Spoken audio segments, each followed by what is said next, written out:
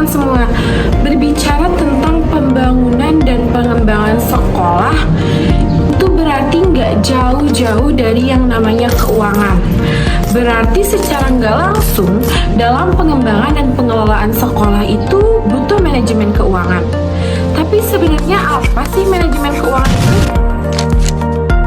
Berbicara mengenai manajemen keuangan sekolah itu sendiri adalah sebuah proses pengelolaan dana dan sumber daya keuangan lainnya dalam sekolah atau institusi pendidikan yang bertujuan untuk mendukung operasional dan pengembangan sekolah baik dari segi sarana prasarana ataupun yang lainnya. Dalam konteks ini, manajemen keuangan melibatkan identifikasi kebutuhan, alokasi dana, serta pelaporan yang transparan kepada pemangku kepentingan. Dengan adanya manajemen keuangan sekolah yang baik, harusnya sekolah dapat meningkatkan kualitas pendidikan dan akuntabilitas daripada penggunaan dana tersebut. Berbicara mengenai tujuan dari manajemen keuangan, tujuan daripada manajemen keuangan pendidikan atau sekolah adalah untuk memperoleh serta mencari peluang sumber-sumber pendanaan untuk seluruh kegiatan sekolah agar bisa menggunakannya secara efektif, efisien, dan tidak melanggar aturan serta dapat dijadikan laporan keuangan yang transparan dan akuntabel. Melalui kegiatan manajemen keuangan sekolah ini, besar harapannya dapat memenuhi kebutuhan pendanaan sekolah yang dapat dirancang dan diupayakan untuk memfasilitasi sarana dan prasarana pendidikan di sekolah dengan baik sehingga kegiatan pembelajaran dapat berjalan dengan lancar. Fungsi dari manajemen keuangan sekolah. Yang pertama, perencanaan atau planning adalah suatu proses penentuan tujuan atau pedoman pelaksanaan dengan memilih yang terbaik dan cara yang alternatif dalam penggunaan keuangan. Yang kedua, organisasi atau organizing, yaitu pengorganisasian yang bertujuan untuk pengelompokan dan pengaturan bermacam-macam aktivitas yang diperlukan untuk mencapai tujuan atau menempatkan orang-orang pada setiap organisasi serta menyediakan alat-alat yang diperlukan. Yang ketiga, penggerakan atau actuating. Actuating merupakan upaya atau sebuah usaha untuk menggerakkan seluruh anggota sekolah yang terkait untuk bersama-sama melaksanakan program kegiatan sesuai dengan bidangnya masing-masing agar bisa mencapai tujuan bersama. Dan yang keempat adalah pengawasan atau controlling. Nah, controlling atau pengawasan didefinisikan sebagai sebuah proses pemantauan yang dilakukan agar adanya terjamin sebuah pelaksanaan dari perencanaan keuangan sekolah secara baik yang tentunya bersifat material maupun spiritual. Nah, pengawasan ini dilakukan agar pelaksanaan melakukan pekerjaannya sesuai dengan mekanisme yang telah diatur atau sesuai dengan perencanaan dana sebelumnya. Perencanaan anggaran manajemen keuangan. Perencanaan anggaran di sekolah dasar adalah proses yang sangat penting untuk memastikan penggunaan dana secara efektif dan efisien. Proses ini melibatkan beberapa tahapan, mulai dari identifikasi kebutuhan hingga evaluasi pelaksanaan anggaran. Adapun tahapan-tahapan tersebut diantaranya 1. Analisis kebutuhan. Identifikasi kebutuhan mengidentifikasi semua kebutuhan sekolah, baik kebutuhan rutin maupun kebutuhan khusus. Prioritaskan kebutuhan, menentukan urutan prioritas kebutuhan berdasarkan pentingnya dan mendesaknya. 2. Pengumpulan data. Data keuangan mengumpulkan data keuangan sekolah dari tahun sebelumnya. Data non-keuangan mengumpulkan data non-keuangan seperti dari jumlah siswa, jumlah guru, atau program-program yang sedang berjalan. 3. Penyusunan anggaran. Proyeksi pendapatan, mengestimasi pendapatan yang akan diperoleh dari berbagai sumber seperti SPP, bantuan dari pemerintah atau sumbangan. Proyeksi pengeluaran, mengestimasi pengeluaran untuk setiap pos anggaran seperti gaji, biaya operasional atau biaya program. Penyusunan RAPBS, menyusun rancangan anggaran pendapatan dan perbelanjaan sekolah dengan rinci dan komprehensif. 4. Evaluasi dan revisi. Evaluasi anggaran, mengevaluasi anggaran yang telah disusun untuk memastikan kesesuaian dengan kebutuhan dan sumber daya yang tersedia. Revisi anggaran, melakukan revisi anggaran jika diperlukan, seperti ada perubahan dalam kondisi atau prioritas.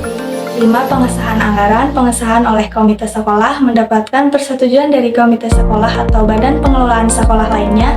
Pengesahan oleh pihak terkait, memperoleh persetujuan dari pihak-pihak terkait seperti Dinas Pendidikan. Yang keenam, pelaksanaan anggaran monitoring, melakukan monitoring terhadap pelaksanaan anggaran secara berkala.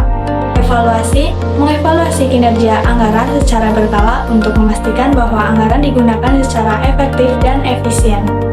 Pencatatan dan pembukuan dalam manajemen keuangan. Sistem pencatatan dan pembukuan yang baik merupakan kunci dalam pengelolaan keuangan sekolah untuk melacak semua transaksi keuangan, memastikan akurasi data, serta memberikan informasi yang relevan untuk pengambilan keputusan. Secara umum, sistem pencatatan dan pembukuan meliputi 1. Identifikasi sumber pendapatan, mengidentifikasi setiap sumber pendapatan keuangan yang masuk ke suatu lembaga pendidikan seperti pencatatan SPP, pencatatan penggunaan dana BOS yang disesuaikan dengan petunjuk teknis, pencatatan dengan rinci dari setiap sumbangan yang masuk, dan pencatatan pendapatan dari kegiatan sekolah seperti basiar sekolah.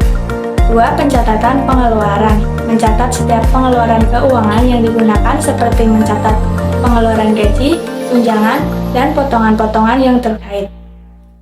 Mencatat biaya operasional seperti biaya listrik, air, telepon, internet, dan biaya-biaya rutin lainnya. Mencatat pengeluaran yang digunakan untuk perbaikan gedung, peralatan, serta sarana dan prasarana lainnya. 3. Metode pencatatan. Metode pencatatan pengeluaran keuangan bisa menggunakan buku kas, buku bank, software akuntansi, atau sistem informasi manajemen lainnya. 4. Pembuatan laporan keuangan. Membuat laporan keuangan tentunya sangat penting sebagai pegangan, baik dari pencatatan laporan keuangan periodik, laporan realisasi anggaran, laporan arus kas, atau laporan neraca. 5. Prinsip akuntansi. Prinsip akuntansi meliputi aktual, yaitu pengakuan pendapatan dan biaya pada saat terjadinya, bukan pada saat kas masuk atau keluar.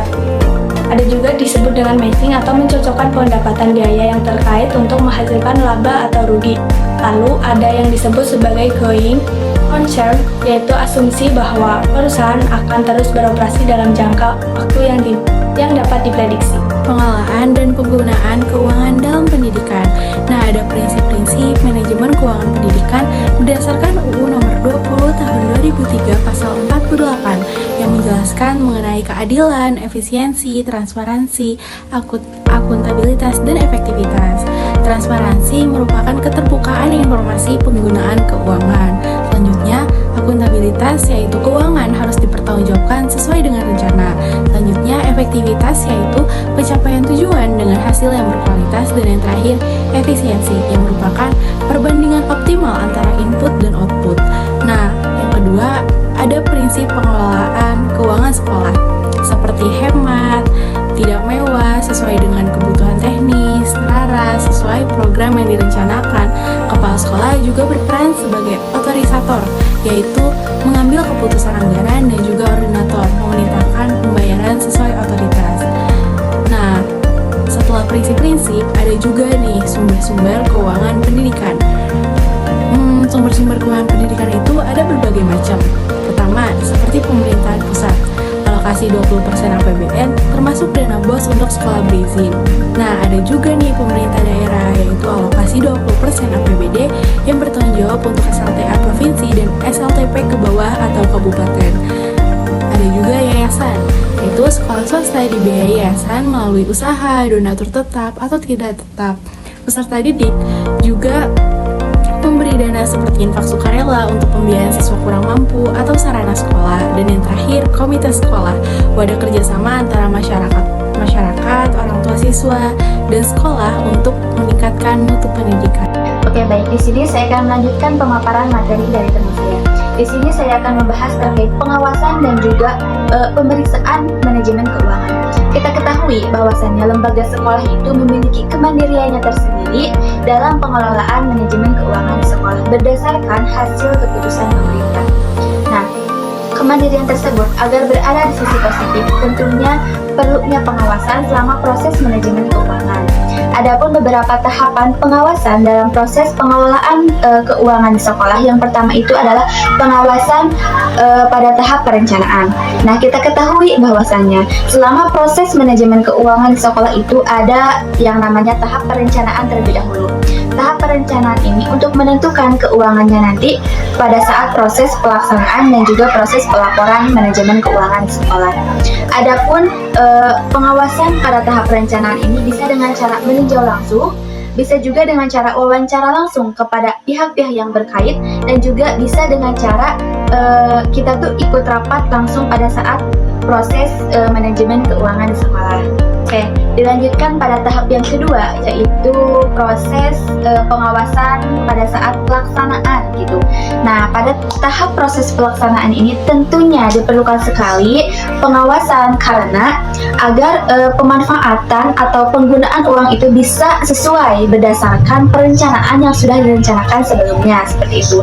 Lalu yang terakhir itu ada tahap pengawasan pelaporan pertanggungjawaban. Nah, tentunya pada tahap pelaporan ini setiap pihak-pihak yang terkait itu wajib melaporkan pertanggungjawabannya selama proses manajemen keuangan tersebut.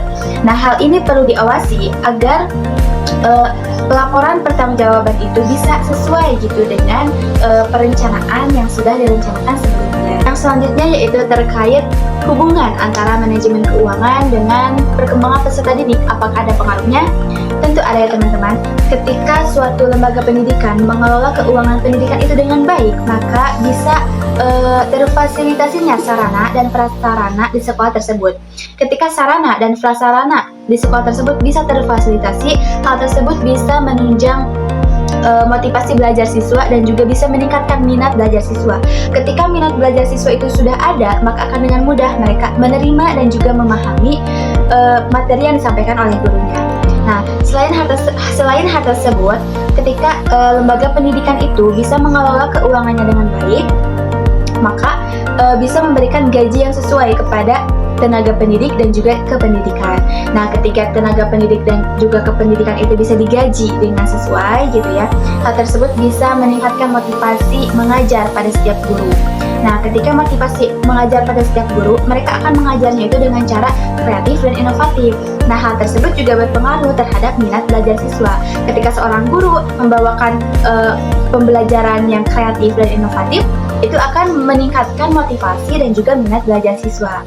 Seperti itu teman-teman.